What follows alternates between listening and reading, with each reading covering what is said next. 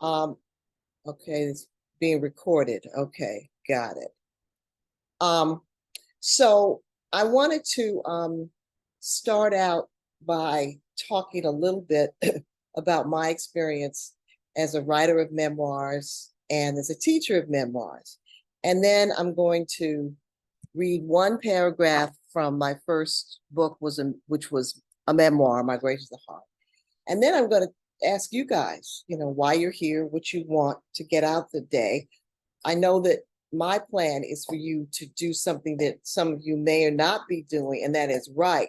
So you're actually going to do quite a bit of writing today and talking about what you're writing. So my goal for you is to have you actually leave with some of the most important questions about your memoir answered, at least in a rudimentary way, and the opening paragraph written.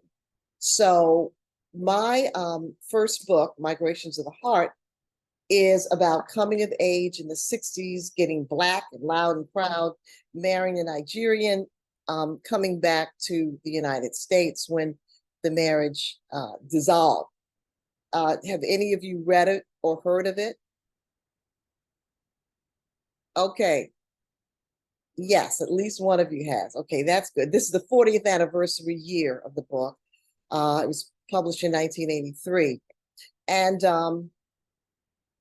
I don't think you write a memoir because you want to. I think you write a memoir because you feel like you have to.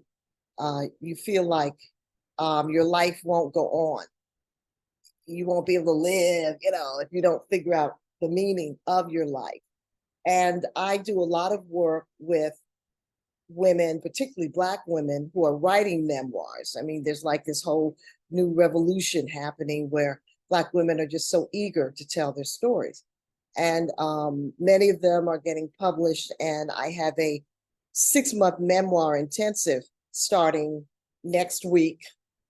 And I'll tell you about that a little later.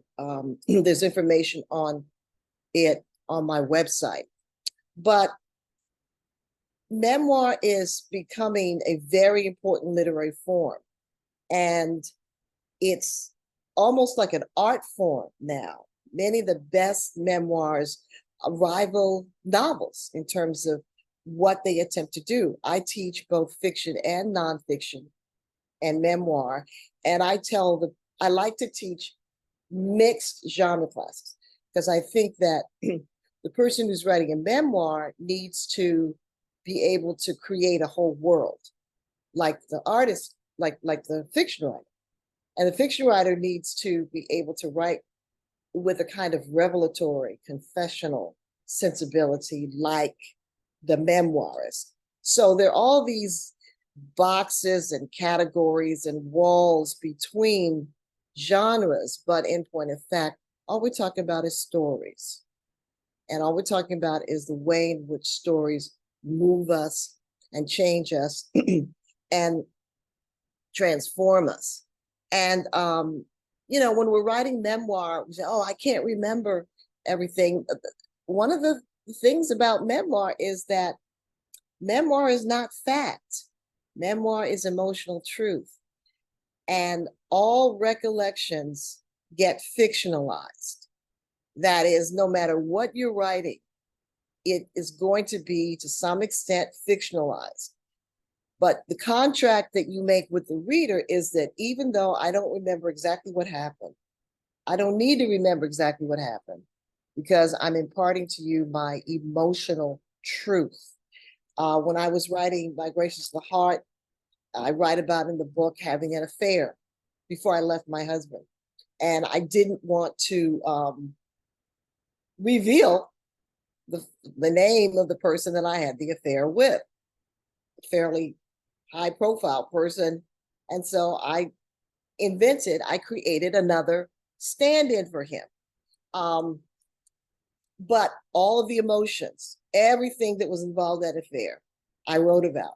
And very often in memoirs, people will say at the beginning of the book, I have changed the name, to protect the innocent. I've changed the name, so I'll be able to talk to my family in 10 years. And one of my favorite books about writing memoir is this book, The Art of Memoir. It's a great book. and it's by Mary Carr. And she's written several memoirs. And the thing I love about this book is she covers everything. She's read virtually every memoir that you can ever think of. And she deals with subjects like, when I'm writing my memoir, should I talk to my family about it? Well, sure. Yes, yes. You're not asking them permission, but you are letting them know that you're writing about your life, that your interpretation of the experiences that happen in the same house may differ, but that you're going to write with compassion and love, but you're not asking their permission. I think often it's good to let your family know, because you may say, I don't remember certain things. Do you remember? I want to get it exactly right. One of the most interesting takes on memoirs is a book called Educated. I can't remember the name of the author now. She grew up out in Utah with a crazy family of survivalists. And she has these incidents in the book, like, for example, where her brother puts her head in the toilet. His brother is always fighting her and harassing her. And there's several scenes where he's harassing her in a particular way. And she will say in the book, she'll say, this is what he did. And then she will say, when I asked him to confirm that he did that, he denied it. Now, throughout the book, she's giving us so many instances of this that as a reader, you begin to believe her. You begin to believe her. Because one, she has given the person who's transgressed against her the opportunity to say something or explain it or whatever. And there is deniability in the events that took place. So memoir is fascinating. I don't know how I would have lived my life as successfully as I have if I had not written so many memoirs. Migrations of the Heart allowed me to come to terms with my marriage, to understand how I became a writer, to understand what it meant to live in Nigeria for 4 years. And then I wrote Don't Play in the Sun, One Woman's Journey Through the Color Complex, which is about growing up as a brown-skinned woman and all that has meant to me. And I didn't write that book till I was 50-something. And when I saw India Ari on BET, she gave me the courage, the freedom to write about a subject that's very fraught and that, is still sort of taboo. So I'm going to read the first paragraph of Migrations, and then I'm going to start talking to you guys. My father was the first man I ever loved. He was as assured as a panther. His ebony skin was soft as the surface of coal. The vigorous scent of El Producto cigars was a perfume that clung to him. The worn leather seat of his taxi, a stubborn aroma, had seeped into his pores, and like a baptism, the smells rubbed onto me from the palms of his hands. Now, when you're thinking about, how am I going to start this story? The reason I started with my father is because my love of and for my father and my father's love of and for me was deeply conflicted and tension-filled. My love for my mother was sort of straight ahead. It didn't involve as much pain. And my father played a crucial role, as both my parents did, in making me a writer. But because my relationship with him was so challenging, that's why I started with him. And in a way, the way in which I love my father is the way that for a long time I loved men, until I got into therapy and learned how to love men a different way.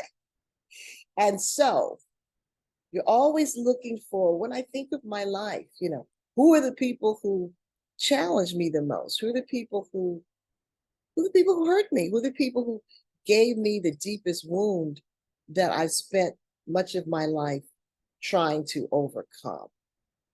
Um, so those are the things that you think about. Why am I writing this story? And how do I make this story not just a movie of the week or a lifetime? How do I invest it with deep meaning?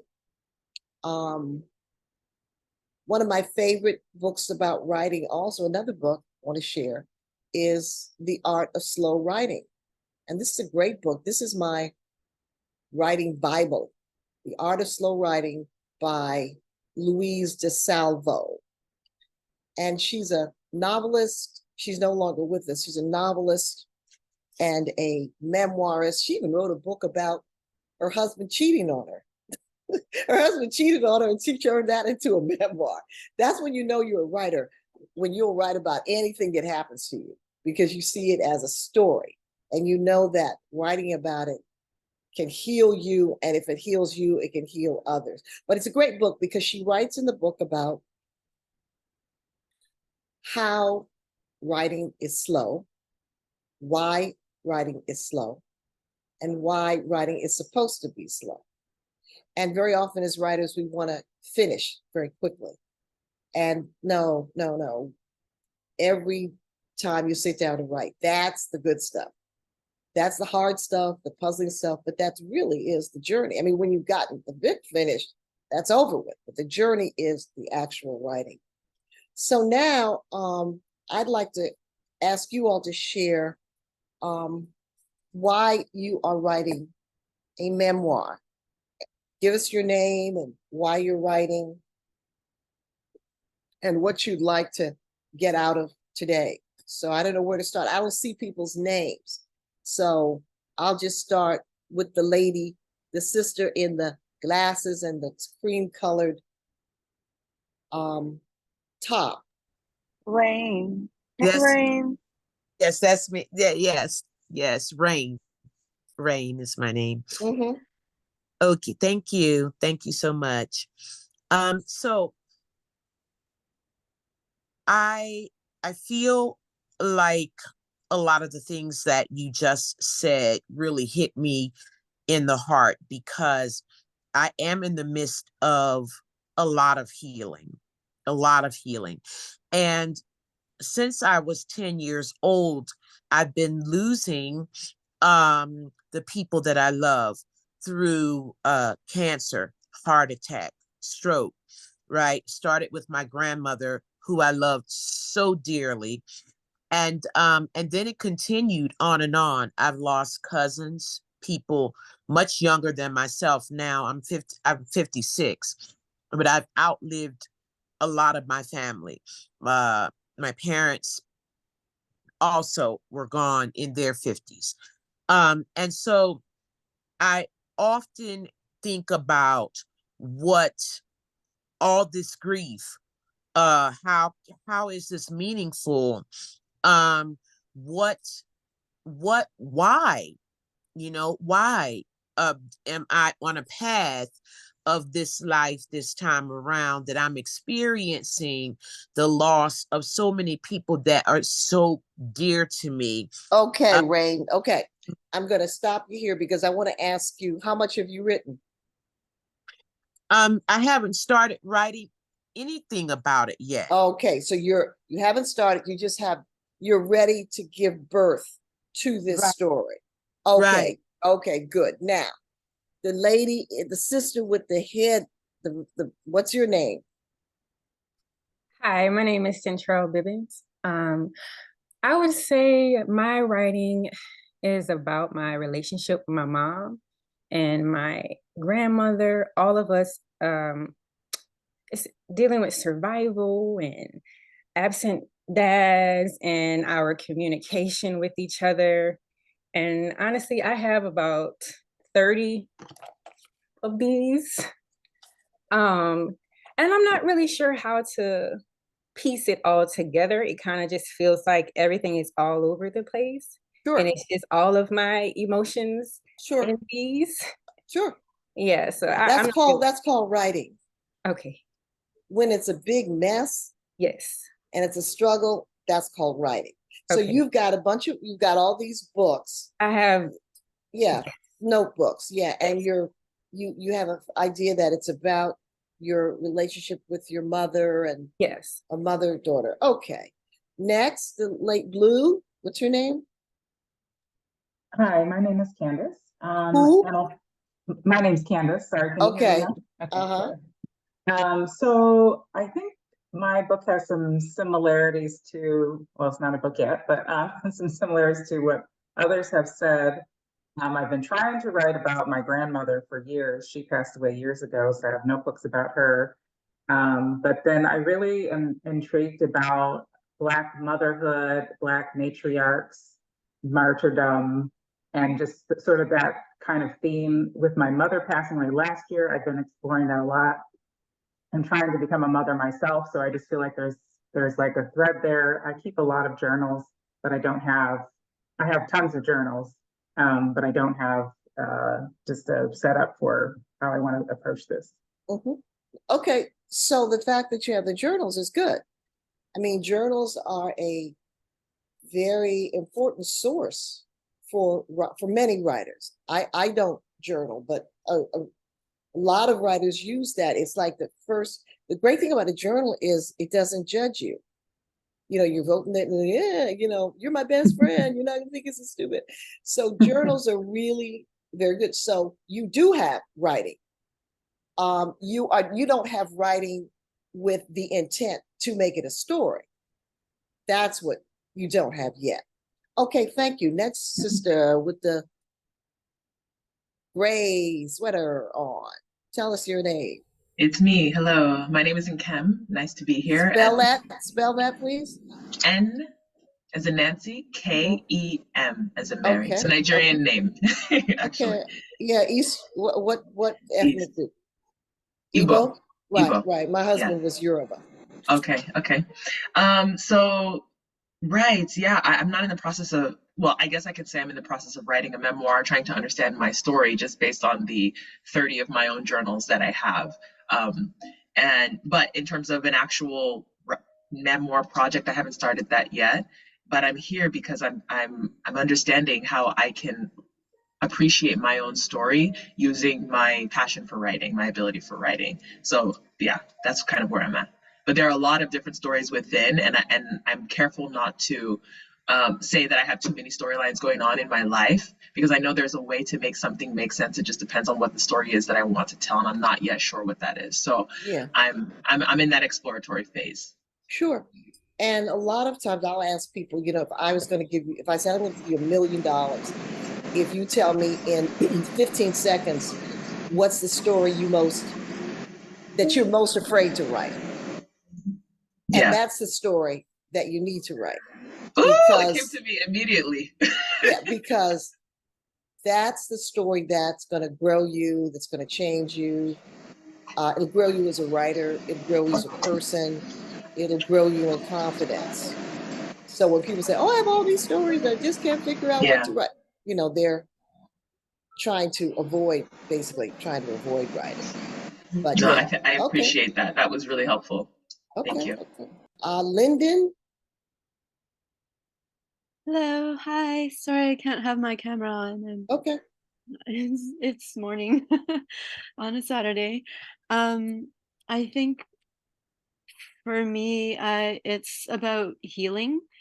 So I don't know if would be interesting for anybody else to read, but I feel like it's something that, I'm like similar to what somebody else said. I don't have notebooks. I have like loose papers all over my apartment. But yeah, it's about healing the heart. Yeah. From what happened to the heart? How was the heart broken? How was the heart broken? it's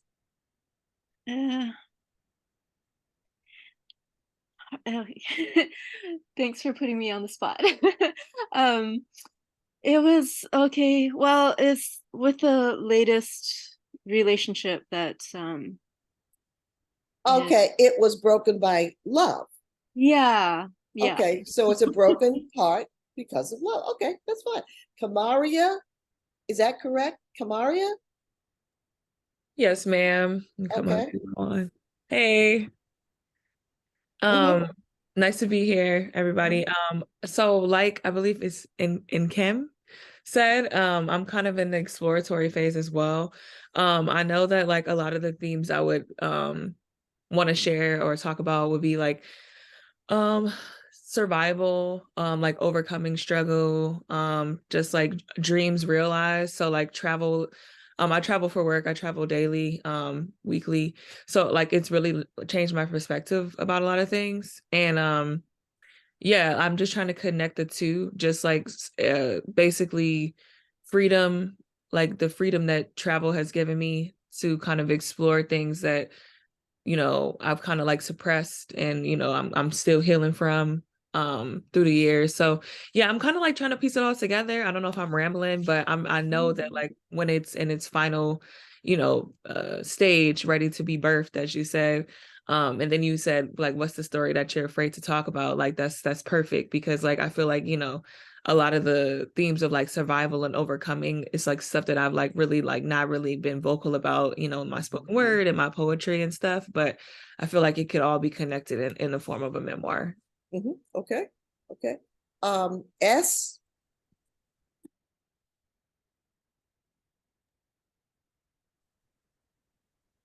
Who's Hello. a, yeah, Hi, good afternoon, good morning to those that is relevant to. I'm Sonia. I wanted to join this this workshop because I also have a regular journaling practice, and that has been a significant part of my journey toward like self-actualization and just understanding of the patterns of life and how they like I'm trying to sort of like define the journey as I'm on it. And I found writing to be my way of doing so. And you know, you said something that was really poignant earlier, which is that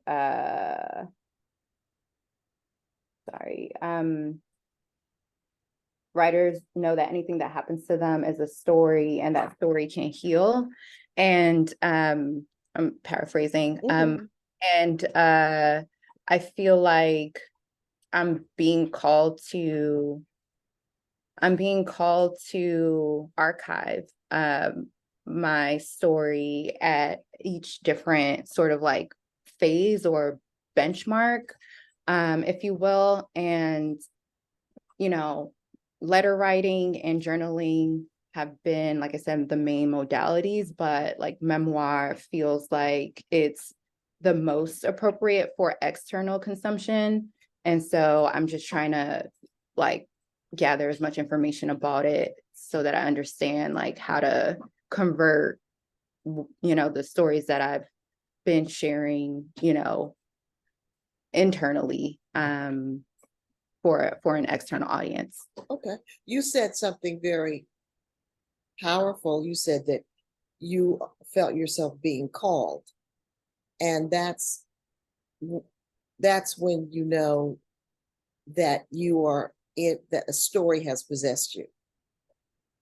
When no matter how you try to shrug it off or whatever, you can't get rid of it. And that is because you have been called to do the writing and the exploring of this story. Did I get everybody? Rain, Centrell, Candace, Kim, Lyndon, Kamaria, Sonia, did everybody get a chance to share? Everybody share? I want to go. Okay. Who? Rowana, okay. Rowana. Okay, great. I am writing a memoir, and it is about the idea of being soft as a Black woman. I'm a Caribbean American woman, and I'm used to kind of growing up with that connotation of soft almost being like, you're mentally disabled, there's something, very wrong with you. But I've also been that person that everyone's always like, oh, you're so sensitive, at least in my family, oh, you're so sensitive, Rowana. And then I came to realize, yes, I am so sensitive, but it's not a weakness or a bad thing, which, Right. reading your books have really helped me explore that a bit more, particularly the last two. And so I have started writing this. I've kind of I wonder how much to include. If I'm not going to put my whole heart on the page, should I bother even doing it? You know what I'm saying? Yeah, I mean, there's a lot of questions. There's about 8 million questions that have to be answered as you're writing. And that's perfectly fine, because you're writing a sentence at a time. You're writing one sentence at a time, not, like the whole book, sitting down and doing it one sentence at a time. It really is a journey. And you can take as long as you want. You're the boss. You set the clock. So this feeling that, oh, I should have been finished, I've been working on this for so long. It's not just a matter of sitting down at the computer or the pad to write. It's about you growing into the ability to tell the story, growing into the ability to be brave enough, bold enough. And that simply takes time. So you're the boss and you set the clock. We have a new person who just joined us. Can you tell us your name? My name is Imelda. Okay, Imelda. And we're just talking about why we're here and why everyone's trying to write a memoir or an essay, personal essay. Sure. So I actually am a mom of a daughter who is neurodivergent, and I don't often see that experience reflected enough, particularly from parents of color. And I've just recently began really speaking about my experience and starting an organization. You're a mom, and what was the other thing you said? You said something. I was saying I'm a mom, and my daughter is neurodivergent. She's on the spectrum. That's what I. And I was saying that. Yeah, and I was saying that I don't often see that perspective reflected in a lot of spaces, parenting spaces and otherwise. Exactly. And I've just recently began speaking about that, and I've started an organization around that, and I'm wanting to write more about that. So, yeah. Great, I think that's really important. A couple of years ago, I was working with a woman who had an autistic son, and she was writing about the whole thing of him being sometimes violent and her fear of calling the police, because what could happen. And I thought it was so important because you don't hear many stories of Black parents raising neurodivergent kids. And it's so prevalent, much more prevalent. So that's a very important story. Now, is that Sonia? That must be Sonia. Yeah, that must be Sonia. Okay. So now I'm here. Okay, good. So now we're actually going to start doing some writing. So I need you to pull out your pads or your notebooks or whatever. And we're going to do some writing in response to prompts. And prompts are simply sentences, fragments that I give you, and you just write. The idea is to write and not think. So I'm going to be giving you this almost like a speed dating encounter. I'm going to give you a bunch of these, and then you'll have 60 seconds to write. And then I'm going to give you another one, and you'll have 60 seconds to write. And after that, we're going to look and see what you've written and see what you know and see what's really, really important. So has everybody got their pad or their paper? Everybody's ready? Now, I'm going to give you the option. Sometimes when we're writing about ourselves and we're writing about very deep things, it can be freeing to write in the third person. For example, when I was writing Migrations of the Heart, and I was very concerned about writing very intimate things. What will people think? All of that. I pretended that I was writing a novel. Now I used my name in the memoir, but in my head, I wasn't writing a memoir. I psyched myself. I was writing a novel. Crazy, right? But it took me through the writing and allowed me to feel free. So when you write your response to these, you can write in the third person. You can say either I, or you can say Sonia, whichever frees you up the most, and you'll instinctively know how comfortable you feel. Okay, the first one, blank. When I leave a blank, that's for you to fill in, your name or, third person. I am, or she is, or Sonia is. Okay, blank is most afraid of.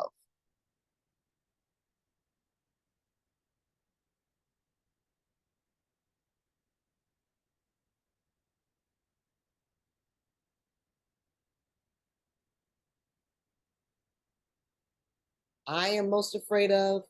Sonia is most afraid of. Whatever. We're writing that.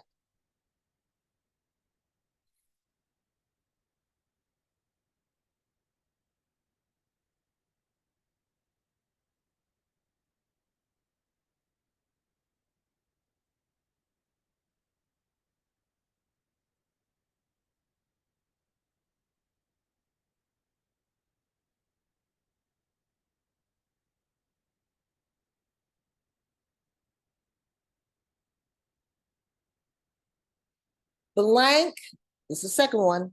Blank wants more than anything. Blank. I or Sonia, whatever, wants more than anything. Blank. What is the thing that want more than anything?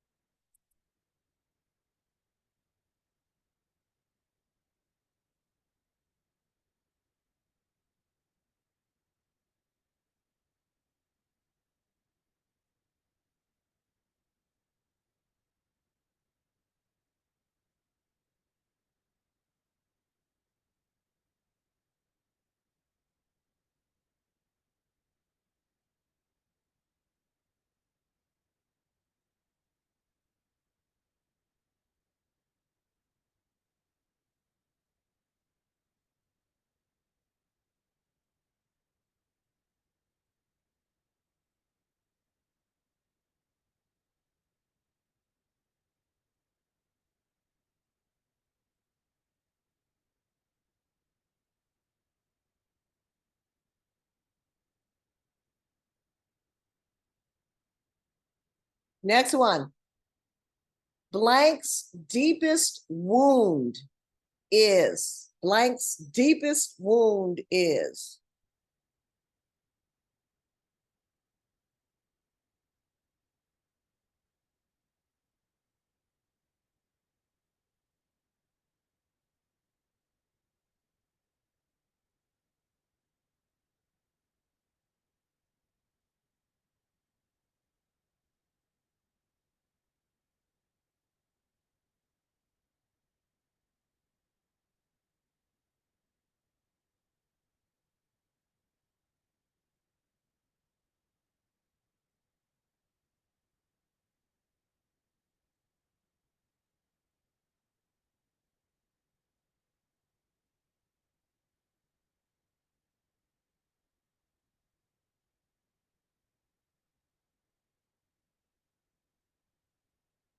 Next question. Blank deeply loves herself because, or blank deeply does not love herself because.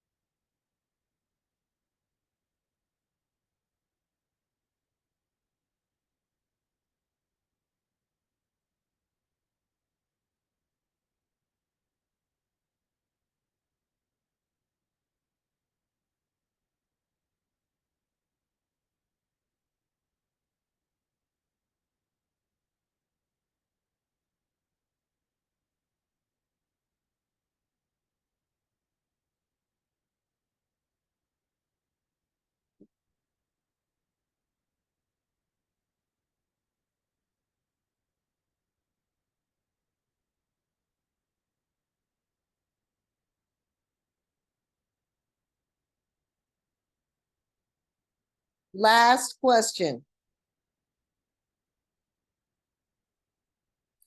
It is blank who made me who I am, or who she is.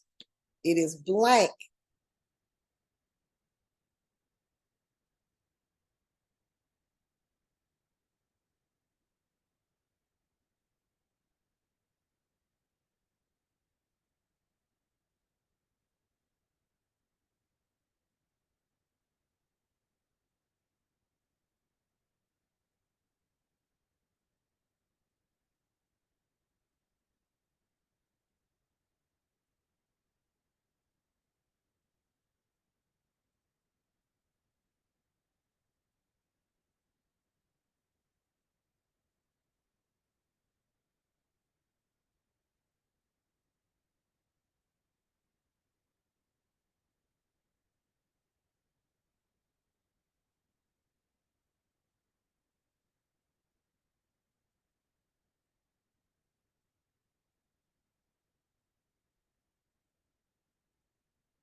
Okay, you can stop now. Now stop and let's stand up. I want everybody to stand up. Rowena can't do it because she's in the car. But we've been sitting for a while. So let's stand up and stretch for about 60 seconds.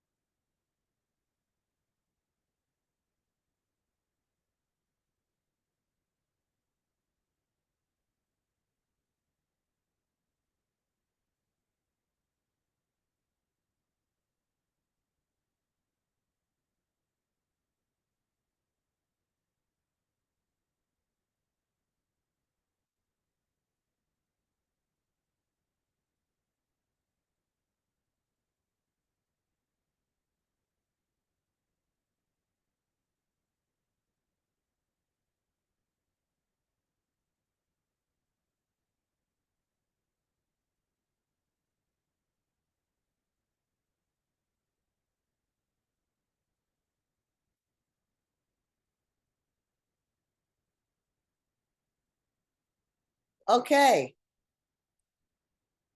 Now, I want you to look at your answers and I want you to number them, give each answer or each response a 1 to 10 number in terms of how much it scares you or surprised you or both. So I gave you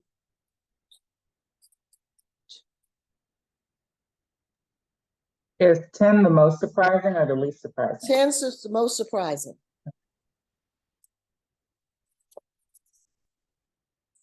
Surprising or scared or both.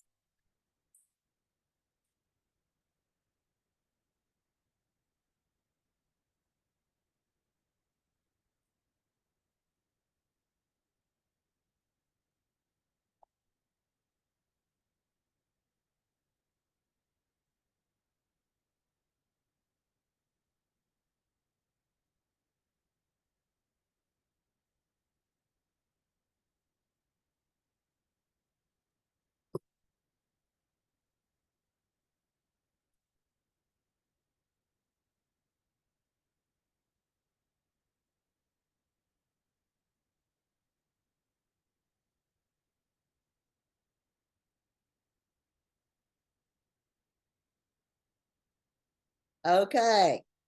Now, a lot we've talked about, books, and I want to write a book, but one of the things you can think about first is just, I want to write a chapter, or I want to write an essay. And that will sort of de-escalate some of the anxiety around the whole book project. And also, when you're thinking about writing an essay or a chapter, it allows you to really focus. So I want you to share with us how that exercise made you feel, and then share with us the response that was the most scary or surprising. Rain. Or Okay, hi. Yes. Okay, so the how it made me feel, the exercise, that I'm carrying a lot of fear. Yes, a lot of fear, a lot of pain that I'm carrying from old things. The thing that scared me and surprised me the most, it got a 10, was my deepest wound is yeah, my deepest wound is that I have never really felt cherished by any man in my life, beginning with my father. Okay. Everything begins with your father. Ha! Okay. Yeah. Okay, that was the answer. And that was a response to what? What question? My deepest wound is. Okay, that you never felt cherished by your father. And many of us can identify with that. Many of us can identify with that. Okay, thank you. Centrell, how did it make you feel? And what was your 10? I'm actually sweating. So I would say anxious.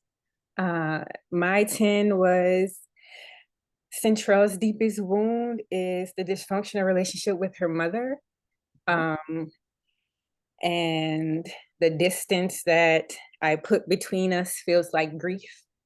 It feels like I protected myself.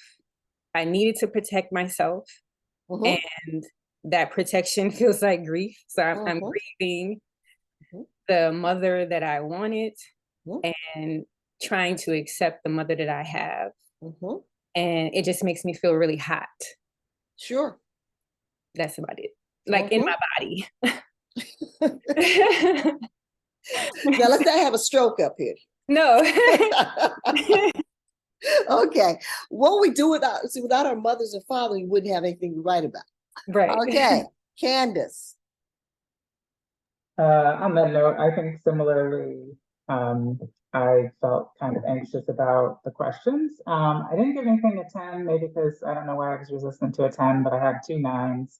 Okay. And the 1 9 was I'm most afraid of being small and not, living my fullest. You're most afraid of being small. That was yours? Yes, remaining small and not being, being myself. And then my deepest wound was my dysfunctional childhood. So. Okay. We all grew up in the same house. Yeah, everyone's family is crazy. And we all had the same mom. My kind of crazy is the one I know. Exactly. And Kim? Yeah, so this exercise was so interesting. It was good for me to play with writing from third person versus from first person, because I think I write about these topics a lot in general from my first person, but not like the personal, what are my deepest wounds, but I can talk about these vulnerable things from my perspective, if that makes sense. So this was just going even deeper into my own experience. So I wrote from the third person, and it was nice to have that distance for my sense of self-concept and understanding myself. The one that is the most, not surprising, but the scariest one, I guess, I said that Kim wants more than anything to be honored by the world around her for being her divinely unique self, to be honored by the world around her for her presence, peace, creativity, nurturing, fierceness, courage, and ability to inspire and hold others in a way that's captivating, but also nurturing. Yes, and then I had another one that was kind of surprising to me, but So yeah, yours was that you want more than anything recognition yeah, from the world. Okay. Okay. right. Lyndon?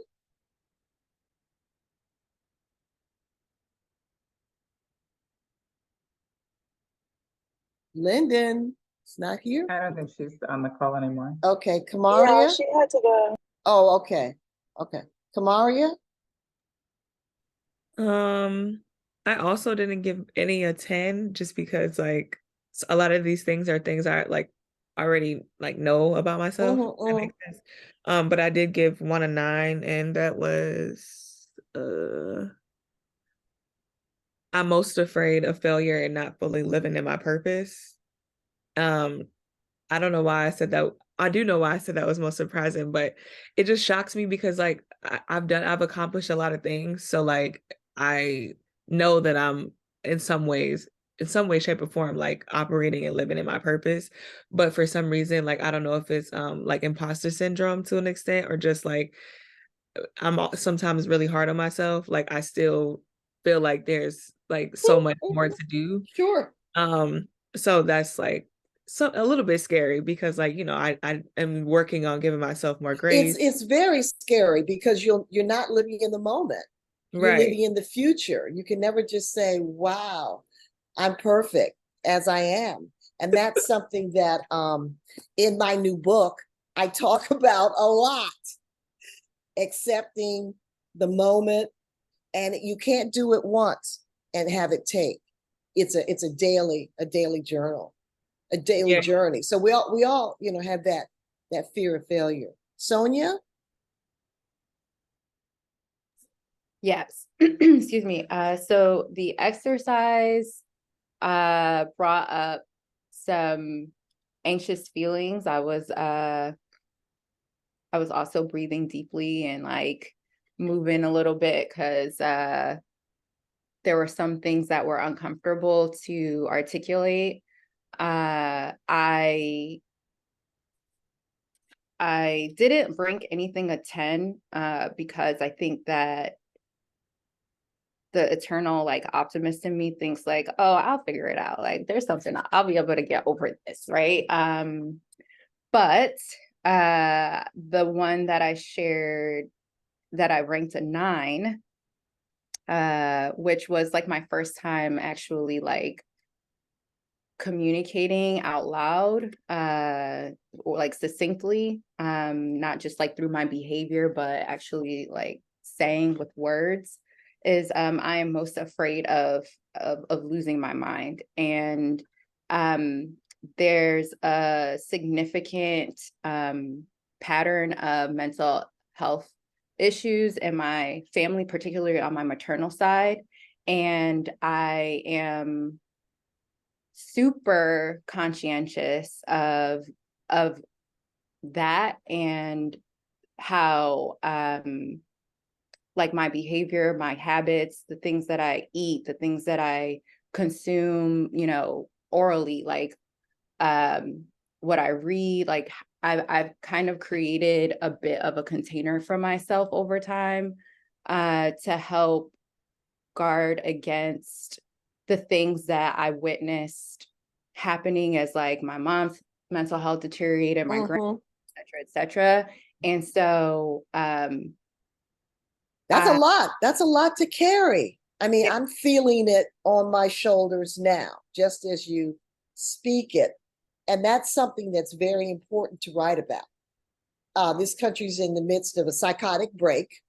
Racism, sexism, all the isms create a society that is very harsh on people trying to be healthy.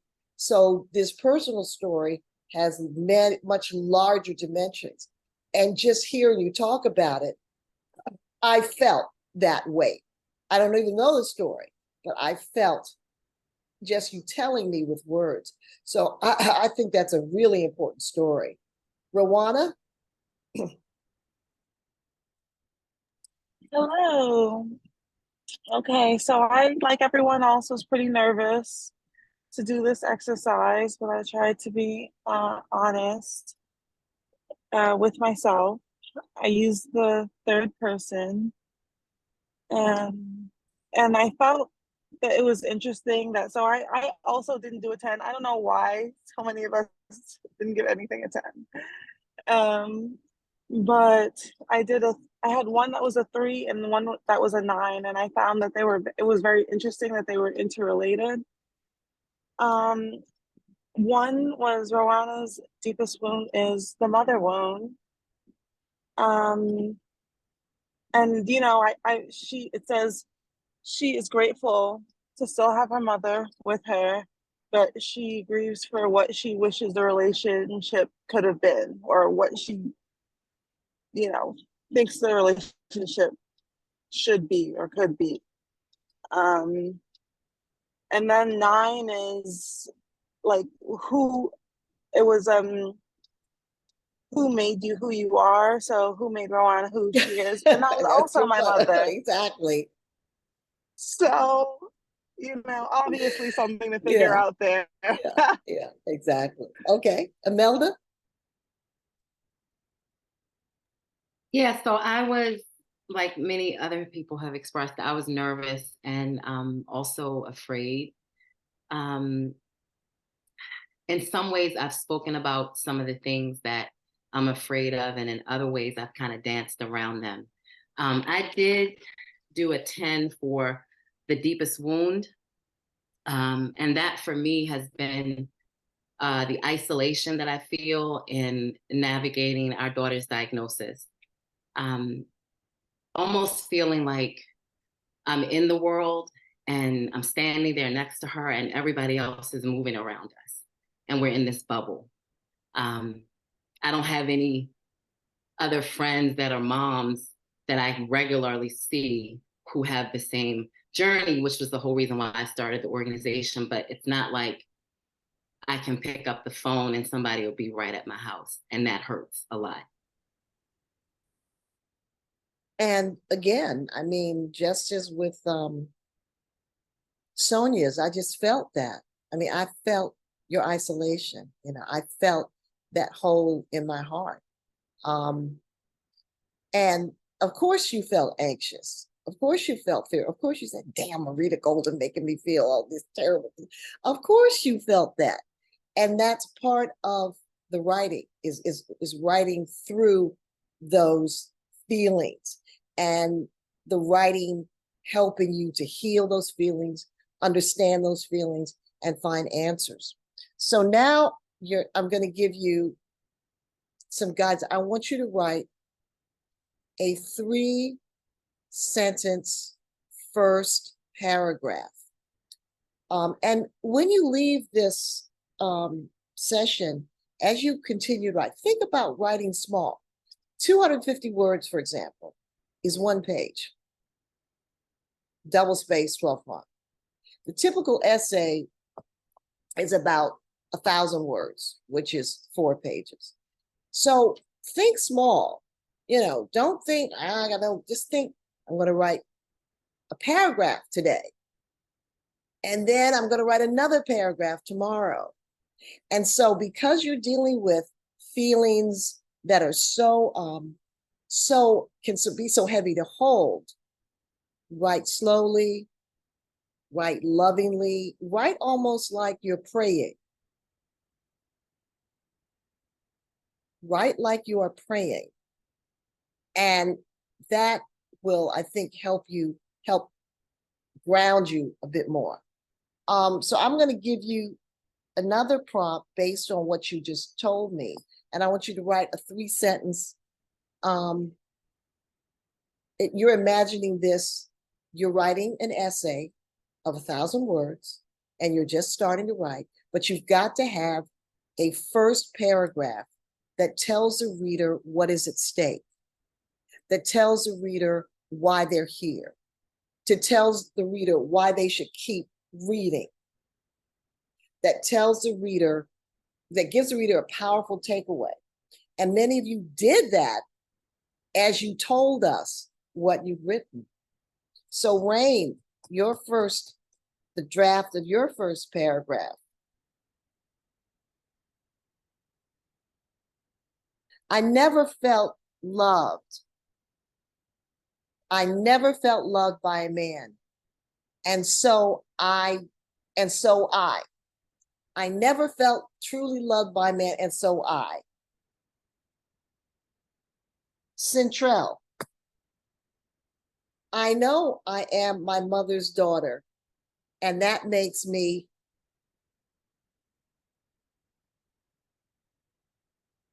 Candace.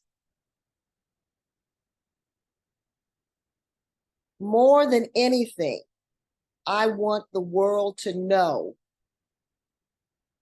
More than anything, I want the world to know. And Kim,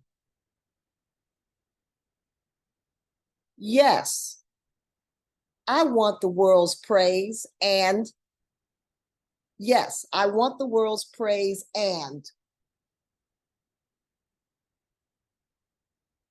Kamaria, I'm a success, but I feel like blank. Sonia,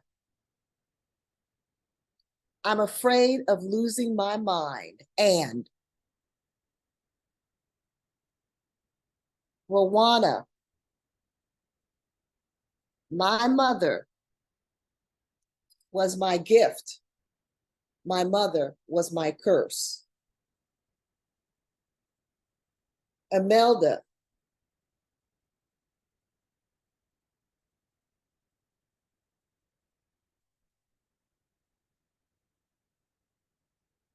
invisible, period. Unheard, period. Alone, period. I never thought motherhood blank. Okay, start writing. I'm gonna give you 5 minutes. See where that takes you.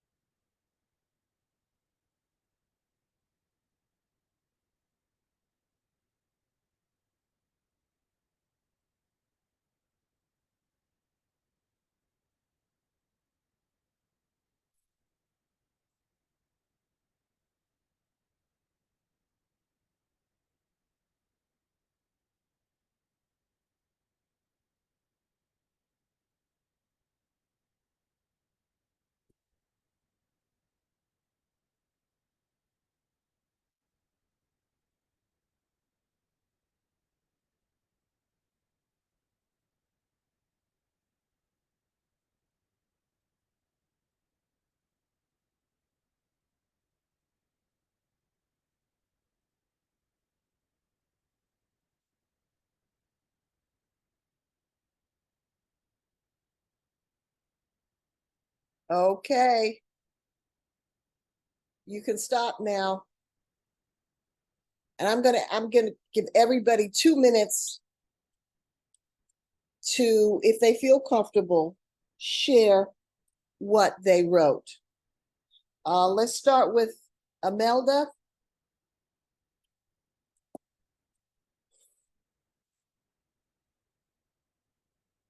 Imelda? Okay, let's start with Rain. Okay. Oh, 2 minutes. 2 minutes. Everybody really gets hard. 2 minutes. Okay. I never felt truly loved by a man. And so I have pretended to not need or desire those relationships. And then I gladly, but sadly, took on the label of aromantic. I don't need you, you see, and if I don't need you, then it doesn't hurt that you don't need me. So this story, this life of mine has been filled with lies. The lies of a story a strong woman can live without love kind of lie, the independent woman kind of lie, the maybe I'm a lesbian kind of lie, and I still have no answers and no father to ask. This is what vulnerability smells like. Woo! Okay, let's give it up. That came straight from the heart. That's how you start. Because then I'm going to say, oh my God, she's being so honest. I've got to keep reading this. Okay. Thank you, Rain. Thank you, Rain. Imelda. I'm not finished yet.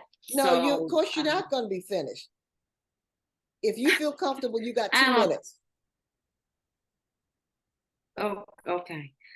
Invisible, unheard, alone. I never thought motherhood would feel as if I were submerged, moving through a maze of doctor visits, therapy appointments, and endless nights of research, desperate to unearth what other parents call normal, full conversations, play dates, planning for a future which in our world is constantly shifting. But I didn't get beyond that. What were the most important words for you all in that? For me, submerged. That was very powerful. That was very powerful. Even though you didn't, quote, finish, you shared a lot, and you shared from a very deep place, an honest place. And you could just continue writing, but you have some strong sentences there. And that word submerged, that said it all. That said it all. Centrell.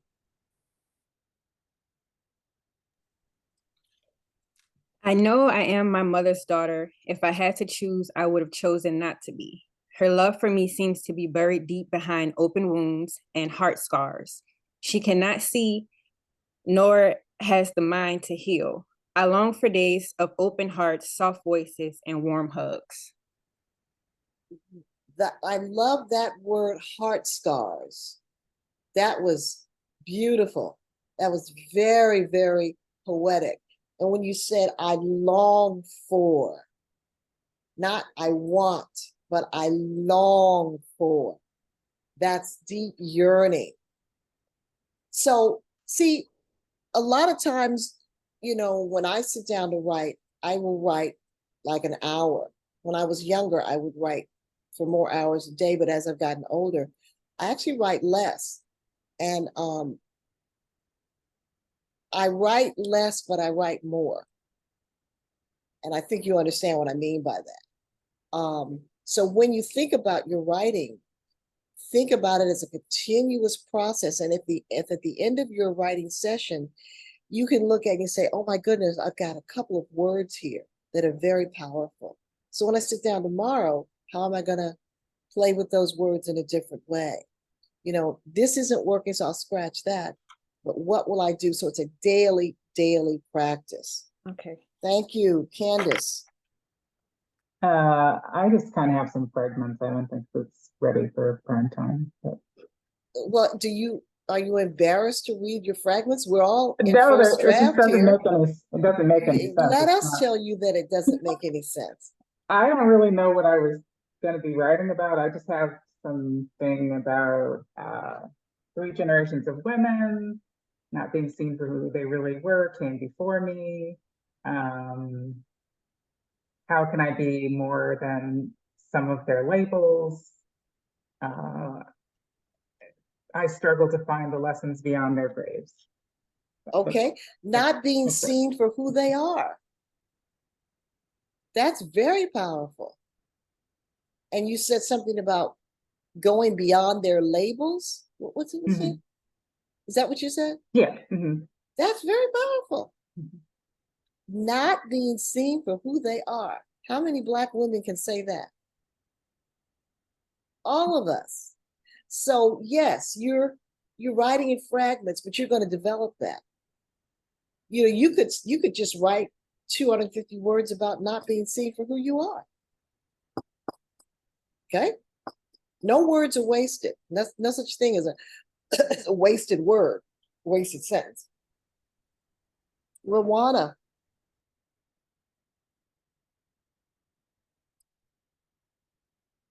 Hello, y'all. Okay. My mother is my gift and my mother is my curse. Since I was a little girl, my mother would prepare me for her passing, telling me everything I would regret when she's gone, reminding me that no one would ever love me the way a mother does, and I know she was right.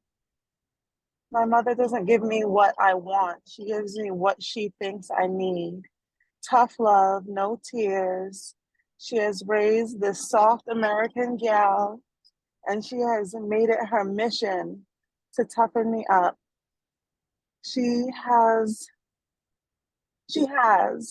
not in the way she hoped, I think. I've grown stubborn like a weed. She tells me about growing up on the farm and milking the cow for every glass of milk, crossing a river to go to church, hoping to impart the strength of these struggles onto her daughter. That's all I have so far. Okay. What Thanks, touched you in that? Give her some feedback. I thought it was incredibly visual, the way that you painted, these lessons that your mother is imparting to you, but then also contrast it with the way that you show up in the world, which is softer, and that tension because she doesn't fully understand you. I thought there were so many layers of things you were communicating in that short paragraph. Thank you, friend. Yeah. It's very concrete, visual, specific. Right. Thank you, Ro. What I heard in that as also a Caribbean American woman, is the be strong, right? Be strong, the soft city girl, right? Because we have access to those things that maybe they did not. And oh yeah, being taught not to cry. I never really cried until I was probably 50, so I relate to that. I relate to that so much, and thank you for being feeling safe, because you are. Thank you. Thank Kim? you. I hope you all feel the same. Kim? Yes. Okay. Yes, I want the world's praise, and I hold fear in my being about this, because to be praised by the world is to be seen by the world. I want to really show up in my fullness and be accepted for the light I exude. Maybe we should back up, because me, myself, I'm already getting hot with all this energy. I have a fear of looking self-centered or arrogant or thinking I'm the best of the best. The feeling of thinking I'm the best of the best exists naturally within me. According to my perspective, I am the best at living my life and appreciating the way life flows through me. There are many instances I have tried to avoid in my memories when I have felt that others don't want me to look the way I look, be as smart as I am, as healthy and fit and intelligent as I am, or as organized and creative and artistic and sophisticated and cool as I am. I have felt that and I would internalize it. I feel that there's still some part of me internalizing this because I feel the energy strongest coming from my parents. And I live with my parents right now. Like this feeling that if I get really big and live my brightest self, I would forget about them and they would be left feeling small and insignificant. That's the energy I feel.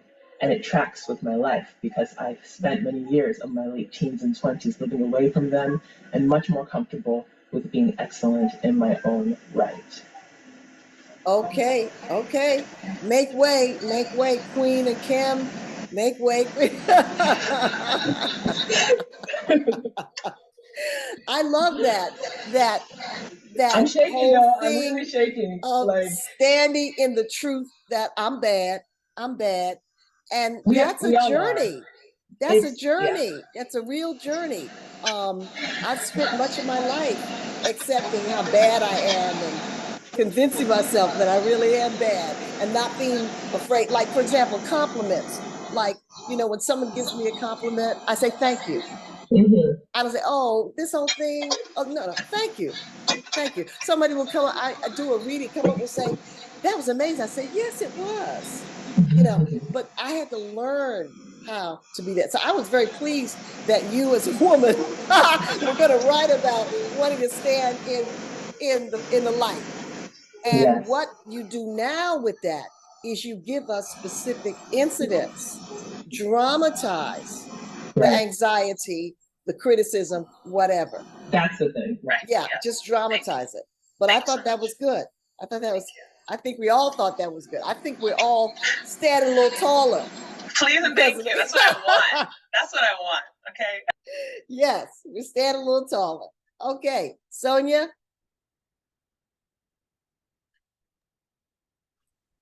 All right.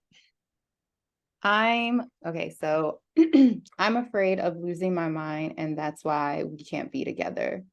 Although the safety of companionship is likely the antidote to all of this, I can't risk burdening someone I love with all of this. I love you and you deserve to be loved back, but I cannot give that to you. Can I give that to you? Hold on. I cannot give that to you because I'm just trying to live. And that takes more work than I often have the capacity for. So this is a letter, I'm assuming, to a lover or someone? That's my only question. Right. Yeah. I guess I kind of default into like that style of like letter writing as opposed to problem. Like, I guess journaling or memoir writing. I was deeply touched when you said, I'm just trying to live. To me, that summed a lot up of what you were saying there. That is, it's too much to give your heart completely because you need your heart for yourself. And I'm just trying to live, but you're not just trying to live, you're trying to live sane. You're trying to live not crazy. You're trying to live without the ghosts of the family members who have mental health issues haunting you. And asking someone to hold your hand through that when you haven't figured out how to do it is too much. Is that correct? That's a great interpretation, yes. Okay, but I loved it when you said, I'm just trying to live. And that'd be a great first sentence, actually. And then go into the rest. You asked me to love you, but I'm just trying to live. Okay? Thank you. Thank you. Kamaria?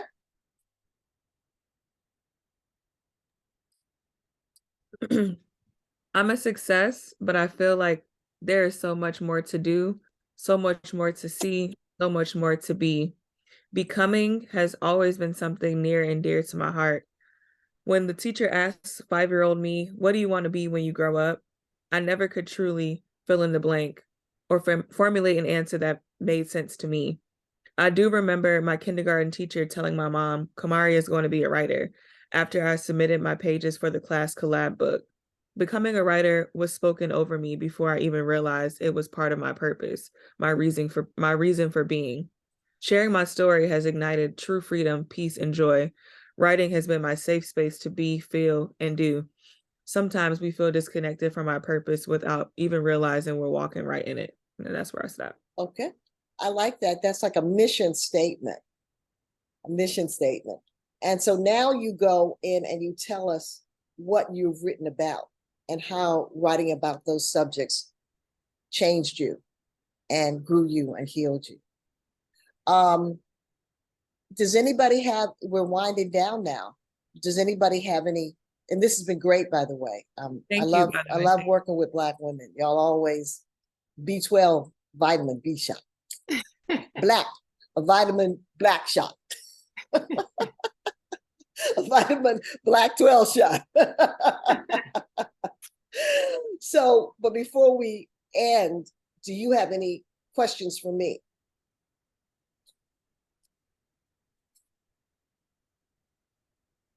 I don't necessarily have a question, but I just have a comment. I want to thank you for really lifting up that we can write in pieces, because sometimes I feel bad that I have to write that way because I'm juggling my daughter and other responsibilities. And I want to have like this full day where I can just sit down on my computer and just write, and it never happens. And then I feel bad. So thank you for lifting up that it's great to do it in chunks. It's nothing wrong with that, to give ourselves that space. I really appreciated that. You can put a little book underneath your pillow, and before anybody is woke up, you can write. Honey, if you can write in a daggone car, you can pull out the your phone and record stuff before you lose it. If you're in the doctor's office while you're waiting, you can write.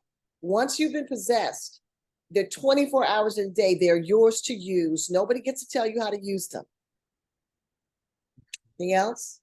Thank you. So go ahead. Oh, I'm sorry. I just wanted to agree with what Imelda just said.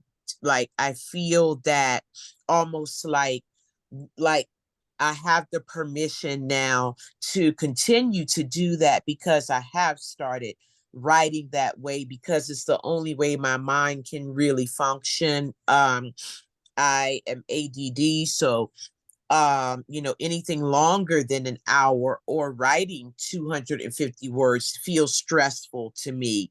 Mm-hmm. And so I never gave myself permission to just be me and write the way I need to write. So Thank you both. Mm-hmm. So Rwanda, you're going to send me their emails, I'm assuming, because I'd like to add everyone to my email list. Okay. And as I said, I have a 6-month intensive coming up. You can go to my website, maritagolden.com, and see about that. It starts next week. And in December, I will be doing a self-care workshop, a mental health self-care workshop, inspired by my 2 books, The Strong Black Woman and The New Black Woman. First Saturday in November, a 90-minute. We're going to talk about meditation, breathing, setting boundaries, caring for, cherishing, loving ourselves. Yeah, we can actually do that. And being gentle and kind to ourselves. Yes, we can do that. So yes. I will make sure you're on the list to get that information and information about forthcoming classes. But I think also you want to, you may need a writing buddy. You may need to stay in touch with some of the sisters in this group to get together once a month to just keep keep yourselves on the path, you know. So find a community that works for you, create a community that works for you. But the world is waiting for your stories, and don't worry about banning books. They've been banning Black people, banning Black thought, banning books, putting a hit on people because they try to kill, put a hit on Frederick Douglass, put a hit on soldiers. You know, this ain't nothing new. There's never been a time when we've needed more Black stories. So that's just standard procedure. And we know what Black women do, because all y'all done it. Bye. Thank you so much, Miss Golden. Yes. Thank Awesome. you. Thank you, thank you, thank you. Have a good rest of the week. And Bye, everyone. Thanks, Your Rowena. Thank information, you. y'all. Thank you. Yes. Thank you. Thank you so Thank you. much, Thank you, Marita. This Ron. was Sure. amazing. All of Yeah. you. And you travel safe. Yes. Thank you too. you. Thank On you the so road. much. Okay. All right, Bye-bye. Bye, guys. Bye. Have a Love great you. weekend. Bye.